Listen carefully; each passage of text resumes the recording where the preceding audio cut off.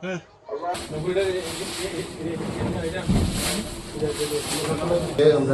দুপুর আনুমানিক 12টার সময় 12টা নাগাদ আমাদের কাছে একটি সিক্রেট ইনফরমেশন আসে যে উত্তর কলমথুরা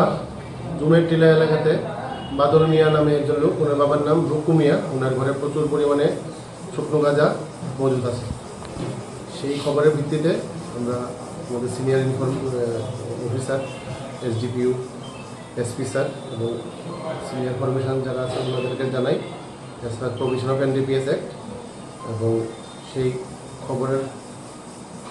জেরে আমরা ঘটনাস্থলে যাই। আমাদের সঙ্গে ছিল 49 ব্যাটালিয়নের assistant commandant Rajen Kumar sir, আমাদের থানার অফিসারবৃন্দ, ওমেন কনস্টেবল, এবং ওখানে যাওয়ার পর আমরা ওই বাড়িটা আইডেন্টিফিকেশন করি এবং ওই বাড়িটা সার্চ করার পরে আমরা ওই ওনার ঘর থেকে যেগুলো আন্ডারগ্রাউন্ড করে রেখেছিল টোটাল 11টা প্লাস্টিকের ড্রাম, এবং ওগুলো আমরা মাটির নিচ থেকে খুঁড়ে বের করার পর আমরা ওখানে ঘটনাস্থলে আমরা এটা ওজন পরিমাপ করি। ওজন করার পরে দেখা গেছে যে 11টা প্লাস্টিক ড্রামে টোটাল 314 কেজি শুকনো গাঁজা মজুদ আছে।